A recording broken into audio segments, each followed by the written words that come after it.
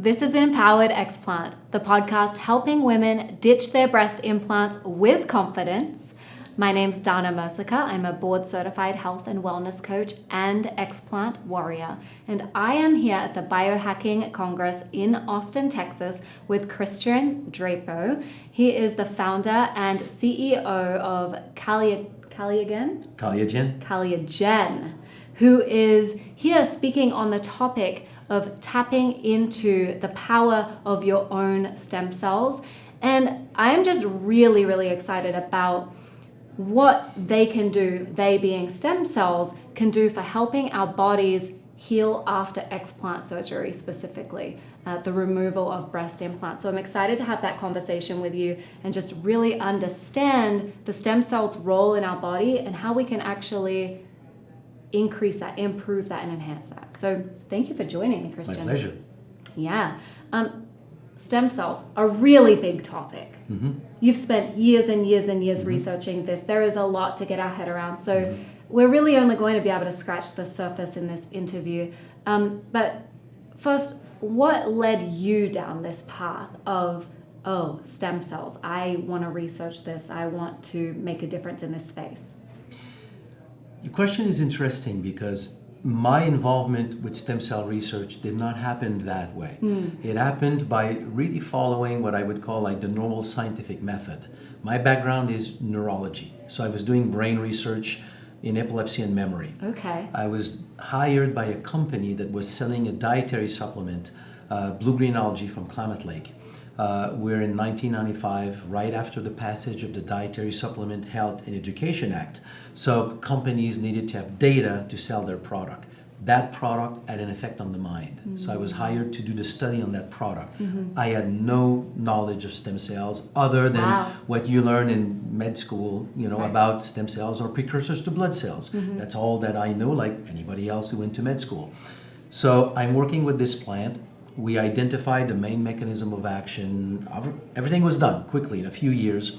But as I'm doing the research, I come across people who reversed multiple sclerosis, diabetes, heart disease, emphysema, Parkinson, Alzheimer's, liver failure, arthritis, joint problems. So the question is, if these are true, and at some point along the process, I realized that some of these cases were actually very true, documented. So I could not just deny them because they were just stories. The question now is unavoidable. What is this product doing to lead to benefits touching so many different organs and tissues? At some point in this process, a colleague of mine sent me an article. The title was Turning Blood into Brain. It was the first study documented that a stem cell from the bone marrow left the bone marrow, went into the brain, and become a brain cell. Wow. At a time when stem cells are only precursors to blood cells. So first, the brain does not repair. So we're facing two dogmas. Yeah. Stem cells cannot become anything but blood cells, and now they're becoming a brain. And of all tissue, it was the brain. So my question was, is there other studies talking about something similar? So I found another article talking about stem cells becoming heart cells and liver cells. So the thought is, if they can become heart, liver, and brain, why not pancreas and lung and skin and other things? Makes no sense that they become these three and not the rest. So then I started to think, well, stem cells look like they are the repair system of the body. I mean, the last time that in science we had a system was in the early 1900s, and now a century later, we discovered that we have a new system in the body. I found that so fascinating. So I published an article in a journal called Medical Hypotheses, proposing that stem cells are indeed the repair system of the body. And in my mind, what if that plant that I'm working with act as a stem cell mobilizer? Puts more stem cells in circulation. That means more stem cells in circulation would mean they go into the pancreas of the diabetic, the heart of the heart patient, the brain of the Parkinson. More regenerated cells in all everywhere. Of these other organs and tissues. I thought this idea is like, honestly, when all of this kind of crystallized in my mind, I thought, my goodness, we're putting an end to disease. So we bought a flow cytometer, which at the time was a very expensive machine, to count stem cells. So we started to count stem cells before we consume these plants, and then we count stem cells after. And we discovered this plant was a stem cell mobilizer. And at the time, this was just one plant. It was just one plant. So my entire life basically went into stem cell research. I was just fascinated by this whole idea that if we can put more stem cells in circulation, we can basically help the body repair from virtually anything. So at this time, were they doing traditional stem cell treatment as we kind of know it? The field of stem cell research as we know it today started in 1998. Okay. A lab was successful as growing human embryonic stem cells. Mm-hmm. That exploded the whole field. Mm-hmm. It brought back this concept that stem cells, like you could repair, you could regenerate, you could grow an organ, and then after that replace your own organ. That's kind of was the dream. And very rapidly it became clear that embryonic stem cells lead to tumor formation. They don't work for treatment. So some of the development with adults with embryonic stem cells was then applied to another type of stem cells that we have in the body, adult stem cells, believed to only be precursors to blood cells. And as people start to apply these methods, then came out the concept that no, it looks like adult stem cells can really do repair in the body. In a way, to some extent, I won't go into the detail, but to some extent comparable to embryonic stem cells. And that's what opened the field. So in 2001, 2002, 2003, the field is just starting. Okay. So injection of stem cells are still not really happening. They are taking place maybe in Mexico, in Thailand, some labs were doing them. They're starting to develop banking system to collect umbilical cord stem cells, but it's just the banking that is starting. So we're really early on in the process. I don't think injections started really in the way that we know them today before, let's say, 2004, 2005. Okay. So we're in the very early days at that time of stem cell as we know it today. Wow, okay, so that's incredible. So then when we're talking about that, the traditional injection of the stem cells and all of that, tell me what is the difference between that kind of stem cell therapy and the stem cell enhancement that you've created, that you've with StemRegen. What is the difference there between the two? There's a lot to answer to that question if I really want to be complete in the answer. But technically, if you isolate stem cells, one of your main sources are going to be your bone marrow stem cells, your blood stem cells, your adipose tissue stem cells. These are your main stem cells. They're already in your body. So what we do, so when you get an injection, we isolate these stem cells and then we re-inject them into your bloodstream. We've increased the number of stem cells in circulation by injecting more stem cells. That development took place before it became fully recognized that you release them anyway naturally every day. Yeah, totally. So basically what I'm doing is that we use plant extract that trigger the release of your own stem cells. So we increase the number of stem cells, not through an injection, but through simply mobilization from your own bone marrow. Of course, the release is smaller, but it's safe. You can do it every day. And over time, process. It's a natural process. And over time, the cumulative benefits of having this release every day can be very significant. Over time, I mean, within, let's say, 4 weeks, 4 to 8 weeks, it can be significant. Amazing. So the difference really is just we both increase the number of stem cells in circulation. One is a lot of stem cells in one event. We do a fewer number of stem cells or lesser number of stem cells, but you can do this constantly every day. Another layer to that question is that at some point you may want, for various reasons, to have stem cells coming from someone else, younger stem cells. That's where umbilical cord stem cells become relevant. Your stem cells are not as good at 60-year-old or 70-year-olds than they were when you were, let's say, 5 or 10 or a newborn. So you may want at some point to say, I'm going to reseed my bone marrow, seed it again with stem cells that are younger. Wow, that's a whole nother level. But it's a whole other approach. Yeah. But that's something that can be considered, which is not to say that at 60 years old, your own stem cells are no longer valid. I mean, we have hundreds of cases of people with very significant repair of significant health problems just by releasing their own stem cells. So your own stem cells, even at 80 years old, they're still doing the job. So this is increasing the circulation of your own stem cells, the release and circulation of your own stem cells. What starts to cause your body to slow down on the releasing stem cells? And when does that happen? All great questions. So there's a natural phenomenon that is happening in the body, which is you're born with red marrow, and that red marrow very quickly converts into yellow marrow or fatty marrow that does not make stem cells. It's a natural process. I cannot tell you why it's happening. Probably it's happening because the bone associated with fatty marrow is a harder bone. So as you age, you need to have more solidity, density to your bones, and that's where you get the greatest density. Interestingly enough, later as you get fewer and fewer stem cells, now you don't have enough stem cells to maintain these bones, so it corresponds, bone density, the decline in bone density coincides with when you have fewer stem cells in circulation as well. But anyway, I'm complicating the answer right now. The point is that you start with red marrow, that converts into yellow marrow, fatty marrow, that does not make stem cells. That conversion happens very quickly.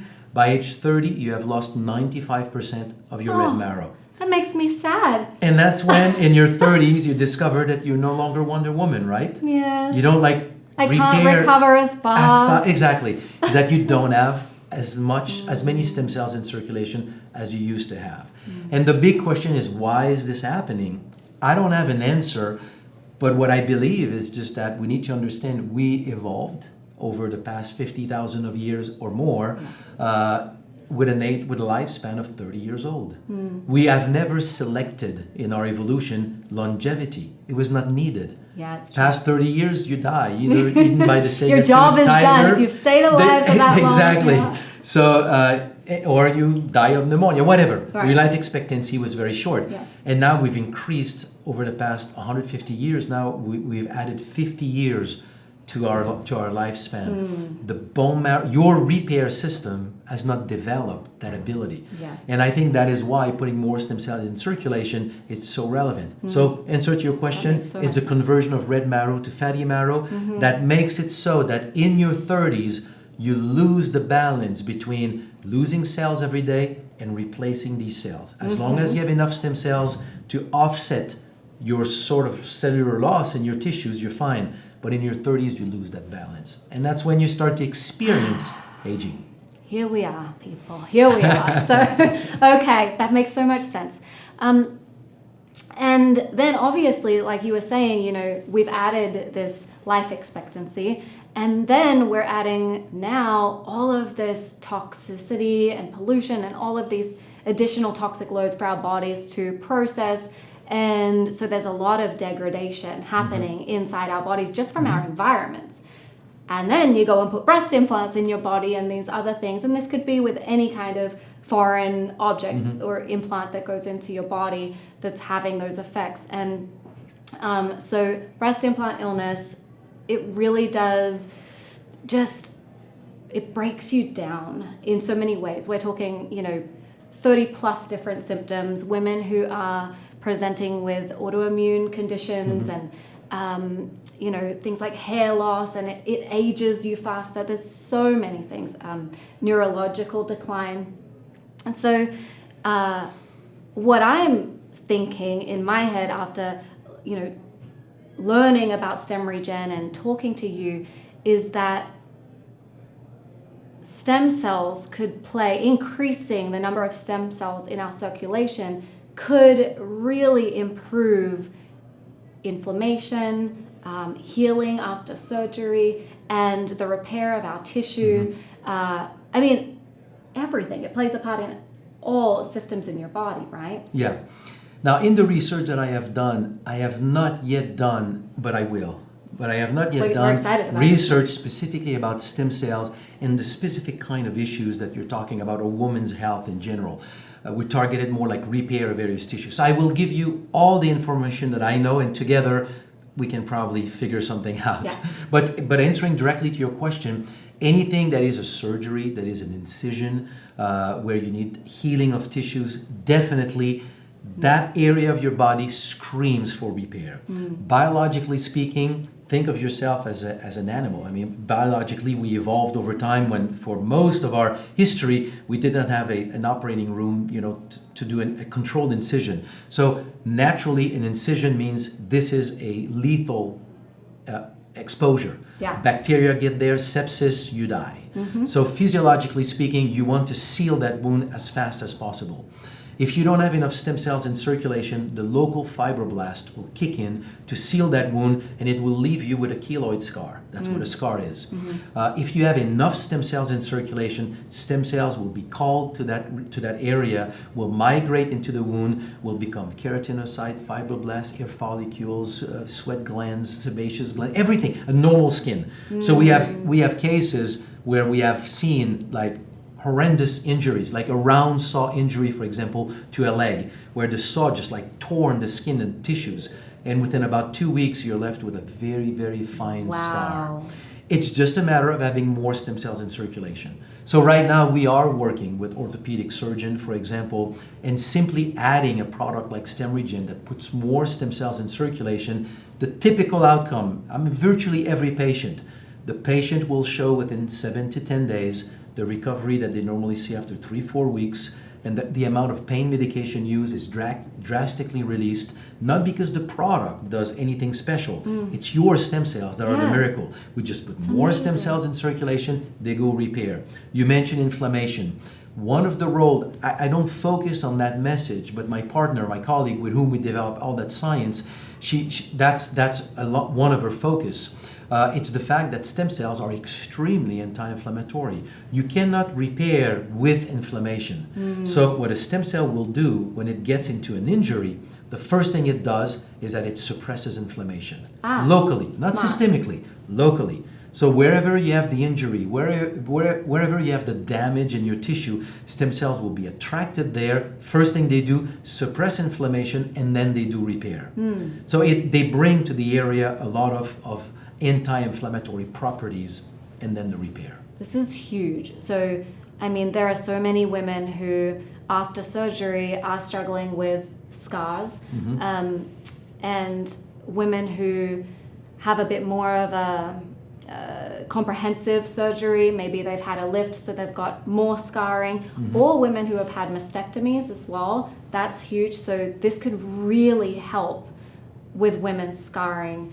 And that, that has not only an effect, obviously a physical effect on the scalp, but also a psychological effect, an emotional effect. Yes, scarring is more, and I don't know what you've talked about in your podcast about scarring, but scarring is way deeper than just not looking good. If your scar makes your skin being attached to your muscle, into the deeper tissue, anywhere in your body, the moment you move, you basically pull on that muscle. The knee-jerk reaction that the doctor taps on your knee and you kick your leg, this is a neurological loop in your body that is everywhere in your body. The moment you pull on your muscle, you trigger a contraction of the muscle. So wherever you have the scar, if it is, for example, C-section. A woman that has a C-section, most of them will have, in the following months, years, will have an hyperlordosis of the back, meaning they will start to have an hypercurvature of the back, which will develop back pain, which will probably, when you follow the structure of the femur and the pelvis, will make them have valgus feet.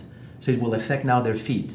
And all of this is the scar. Now your entire posture is Your entire posture will change. Regardless of where the scar is, it will lead to postural change where there is the scar. You just opened something up. So, when I had my breast implants, they form a capsule. Your body forms a scar tissue capsule around the implant, right, to protect your body from the foreign object inside it, which this scar tissue often has a very negative effect on the body, but it's also protecting your body. So, my scar tissue, when they did the surgery, it had grown into my ribs on both sides, and also it had grown up into my underarms and was very close to attaching like where my lymph nodes are. So the surgeon had to be very careful and remove that. But so much postural damage had been done, and it was just so incredible how my breathing was affected. it affected everything. I was so slouched over. That's what I mean to say. The side where you have more, your shoulder will be, you can tell where the scar tissue is because your shoulder will be lower, forward. Yeah, but it's like this everywhere. Yeah, wherever and you then have a this scar. affects this, and it Of affects course, my hips and of just course, everything. Of course. Yeah. And there's a way to remove these scars. And that, I mean, you can, there's layers to it. Yeah. So you could take a product like stem regen or plants that will put more stem cells in circulation, and then you rub the scar with, let's say, a brush that doesn't irritate to the blood, but just enough to activate the scar. Now that scar is calling for repair actively. If you put more stem cells in circulation, you can see a significant improvement in having that scar repair as it should be. So you take stem regen and you dry brush the area? Yeah. Yeah, cool. Yeah. That's awesome. We have seen some scars sometimes completely disappearing with an approach like this, or at least making it detach, which is really what you want. And then after that, it you've got the disappears. internal result Correct. and the aesthetic result. That's really cool. Wow. So then I'm also curious about surgery recovery, and if this could actually speed up surgery recovery as far as muscle repair, things like that. Stem cells can become, the moment you have an incision, that area will scream for repair. Yeah. It needs to repair. Yeah. If it does not have the tools to repair, which is proper stem cells to repair, it will locally develop, fibroblasts will kick in and will develop fibrous tissue to seal that wound. Those tissues will go deeper and will connect with the muscle. Your body wants to seal it. It's going to happen faster. It will happen. Yeah. So if you put more stem cells in circulation, now that tissue doesn't need to have the local fibroblasts to kick in. Now your tissues will repair much more normally. So, and they can become muscle cells, they can become skin cells, connective tissue. They make everything. And so do they help with things like hormone balance, detox, anything along those lines? Detox is something that we have heard a lot over the years. The product that I developed, as soon as I started to take the stem cell direction, that I just went like deep in that direction. But historically, I'm using plants in this product that has been associated with really strong stimulation of detox. I think I was sharing you the case before, which to me was an amazing case of somebody who had a breast implant. This is years ago. The breast implant leaked. She had significant liver damage, and then she started to take one of the ingredients that we have in stem regen, and not only her liver repaired fairly quickly, but she started to have cysts on her legs. Nobody knew what it was. They biopsied these cysts, and the body was eliminating silicones through the skin. So, I mean, to me, it looks like an extreme case. Yeah, but then, with the cysts that were excreting essentially these toxins, then the stem cells were also helping repair that as well. After a few months, everything was normalized and she was fine. Wow. So it really helped the detox. Yeah. But for other aspects of general women's health, all I can say, and that's the area where I would like to do a little bit more research, because right now it's all basically anecdotal. Yeah. But it's basically many people report that as they go through menopause or post-menopause, it just balances things in the sense like it makes that period easier to go through. I have no experience of it, so I can't talk about it. I would like easier periods, please. I'll take that. And we even had a case. It's an interesting phenomenon because you put stem cells in your body, it helps the body rejuvenate in a way. It basically puts you back into a place where your body is just more effective. And I remember this case of a lady who sent a letter. She was not very happy. She was talking about a hemorrhage. So our product triggered hemorrhage. So I tried to wrap my mind bleeding. So I tried to wrap my mind around like what was she referring to, like heavy nosebleed? Like I didn't realize what it was. And she says no, vaginal hemorrhage. So vaginal hemorrhage. I did not understand. So I see, can you send me your lab report, so I can wrap my mind around what she was talking about. And then I'm looking at all the blood work, and there's no change in the hematocrit, red blood cell count. Like nothing has happened to this lady. So I go back in the discussion with her, and at some point she tells me angrily, she says, I was done with my periods. I'm post-menopause, and right now my period is back, and I don't like it. Wow. And I was floored because I can understand that maybe she doesn't like the period. But it's an amazing demonstration of It is. rejuvenation in her body. Yes, and So- rebalancing of Exactly. hormones and Exactly. vitality, all of those Exactly. things that. So Wow. it's not a common story. Yeah. That's the only one that I've heard like that. But this concept of rejuvenation and feeling better, balancing that transition, helping go through that transition, I have heard that many times. So the time has come now to study that. Yeah, that's incredible because there are a lot of women who are coming out of having breast implants for many years, and the breast implants cause a lot of hormone imbalance, and then they get their breast implants removed and they realize, oh, I'm in perimenopause now. And sometimes because of the effects of the breast implants on the hormones for so long, sometimes that can actually happen earlier, and it can trigger early menopause, early perimenopause. So there's a lot to do with hormones in this space. So that's really fascinating. But then also we're talking about brain health as well. I mean, the cognitive effects, because one of the very frustrating, I mean, I had the worst brain fog. I could barely string together a sentence. My memory was just what memory? It was terrible. And so it was really incredible how after getting my breast implants out, within a few months, a lot of that had come back. And I think that I was very fortunate because it takes a lot of women a bit longer to get healthier. You know, it doesn't always happen quickly. The links with stem cells and brain health is huge. The cognitive effects. It is huge in the sense that, I mean, my background is neurophysiology, brain research. What I was told, like anybody in that field, probably to this day, is that the brain does not regenerate. And stem cell research has clearly shown that not only the brain regenerates, but it does repair every day. You have stem cells going into the brain every day, not necessarily these cells in a large number becoming brain cells, but releasing growth factors that stimulate resident brain stem cells that then participate to brain repair.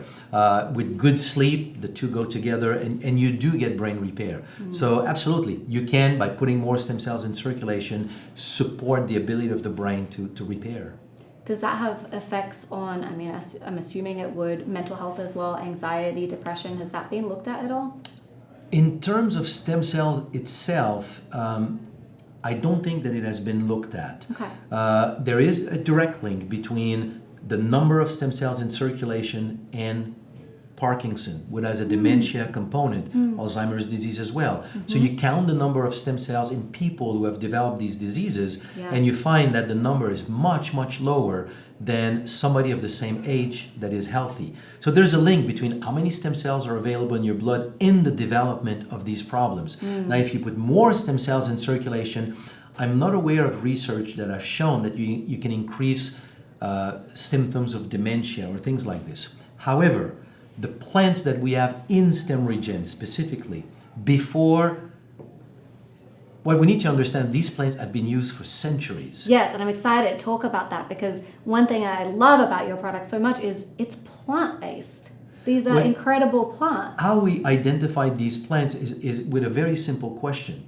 So I'm looking at a plant that may have an effect on stem cells. If it does have an effect on stem cells, that means as stem cells go into various tissues, historically, it would have been reported as being good for the health of your heart, of your pancreas, of your lung, of your brain. So I'm looking for plants that historically are associated with many different kinds of benefits.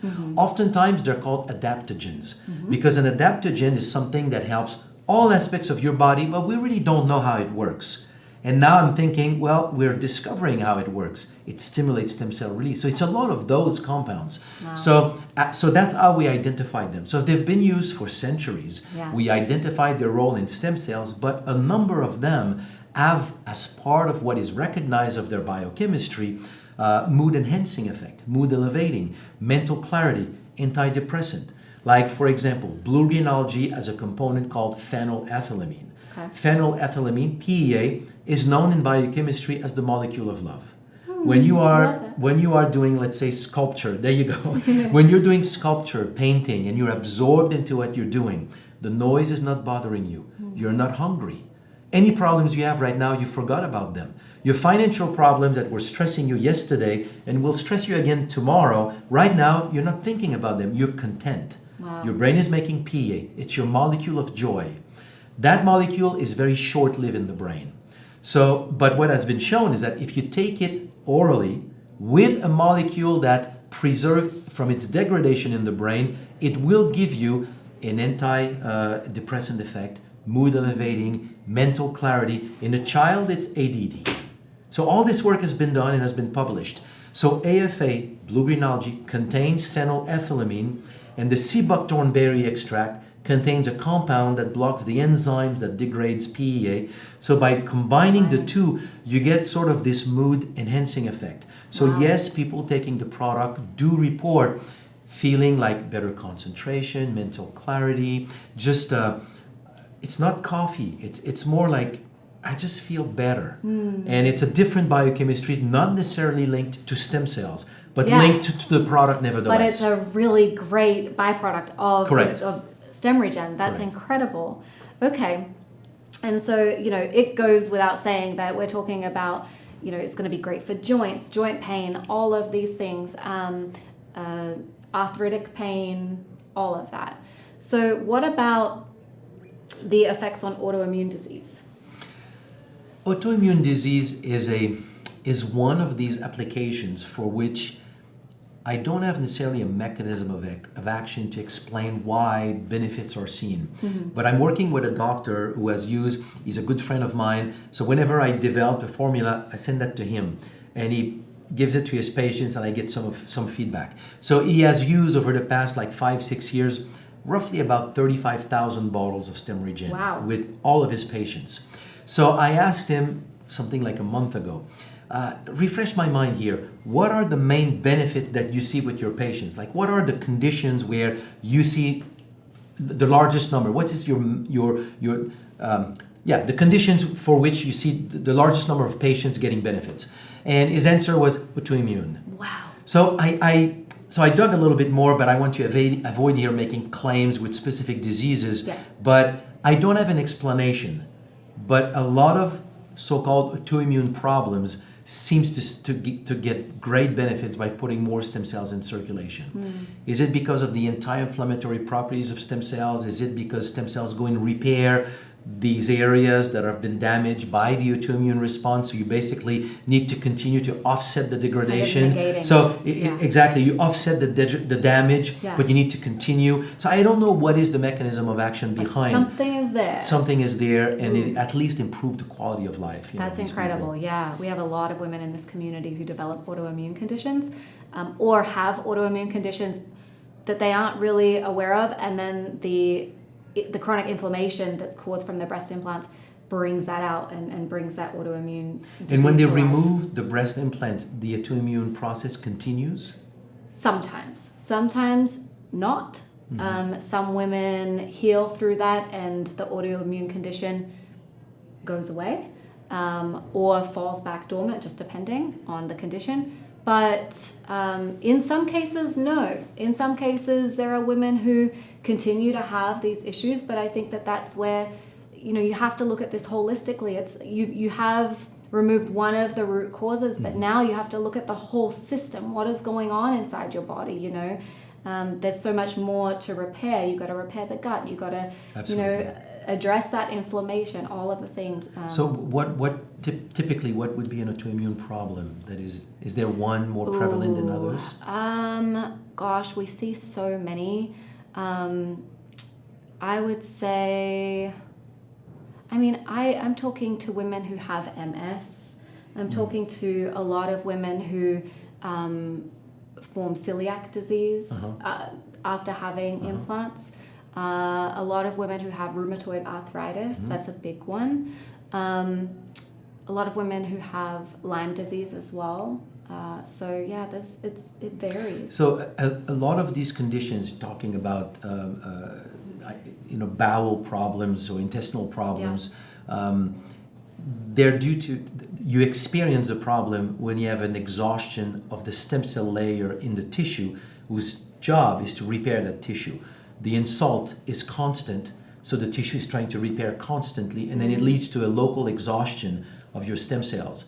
So if you, as you provide more stem cells, you don't solve the problem, but you can repair the tissue, and you can at least resolve the symptoms. And then you need to dig a little bit deeper into the cause. And a lot of them comes from dysbiosis. It's the gut, it's the flora. So it's a central place to start, at least. Yeah, I love starting with the gut. That usually answers so many questions. And what about, is it safe for women with breast cancer to take stem regen? Yeah, there's no problem. I can address that question. I hear that question all the time. We can address it from various angles. First angle to approach it, this idea that when you release stem cells or you support stem cells, you're likely to support cancer as well, comes from a juxtaposition of words. A stem cell is a cell that multiplies endlessly and can transform into other type of cells. And a cancer cell is a cell that multiplies endlessly and can become other types of cells. It's the same definition. The difference is one does it in an organized manner, the other one is dysfunctional. It's very different. Very, very different. Stimulating or supporting stem cells will not, the way that we are talking about it, meaning release of stem cells from the bone marrow, has nothing to do with cancer. So they're completely different things. Actually, what we see is that when stem cells are attracted to tumor, and they come into the tumor, then they start to release compounds that coordinate their multiplication and their conversion. So oftentimes they act actually as tumor suppressor. So we did a study a number of years ago, implanting human breast cancer cell in mice, and we had a control group. In the other group, we gave them 10 times the recommended amount of one of our first stem cell enhancer that we developed. And as expected by us, is that we had a 30% reduction in tumor growth. Wow, that's powerful. But the best answer, I think, to not get into the data and the technicality is that, very interestingly, all the plants that we have in stem regen historically have been used actually for cancer. So we don't promote it for this at all. But sea buckthorn berry used in Tibetan medicine, Chinese, Mongolian medicine for lung cancer. Blue-green algae has been associated with cancer suppression. It's the study that we did with these mice. Fucoidan from seaweed, its main application is tumor. We don't use it for that, but its main application. Aloe has been used as one of its main applications for cancer. So if stem cells, releasing your stem cells would have an effect on cancer, historically, these plants that have been used for centuries would have been, epidemiologically speaking, would have been associated with, at least the observation would have been made. These plants are safe. So no, there's no effect on cancer. That's awesome. Okay, very cool. No negative effect. Yeah. If anything, positive. Yeah, and I know that you said you hadn't done studies on this, but I just wanted to say I actually read some research saying that stem cells can help regrow breast tissue quite effectively. So that's actually really interesting, and I know that there haven't been studies done with stem regen on that yet. That would be really interesting to see how that really does affect breast tissue. Stem cells can become any tissue. So the only thing that is needed, let me give you an example. We cannot show it here. Maybe I can send you a video, maybe it can be included, but there's a study that was done in which they took the heart from a mouse, digested the heart, like the muscle tissue of the heart. So you're left with just the soft skeleton of the heart, the connective tissue of the heart. Then you take stem cells from that same animal before taking the heart of the animal, and now you lay those stem cells on top of that connective tissue of the heart that still retains the signature that it was heart tissue. And within a week or two, you get a beating heart in a test tube. This is the power of your own stem cells. But my point for using that as an answer to your question is that whenever a stem cell ends up in a tissue that has the signature of that tissue, we're not talking about these stem cells becoming just muscle cells. No, developing as the ultrastructure of a heart that has all the electric connectivity of a beating heart that beats at a certain rhythm. So that means the cells don't just become muscle cells. They become muscle cells organized as a heart with the electrical with the function of the heart. So when a stem cell lands into a breast tissue, it will be told to basically start to do breast tissue. So the question now is, how do you drive them there?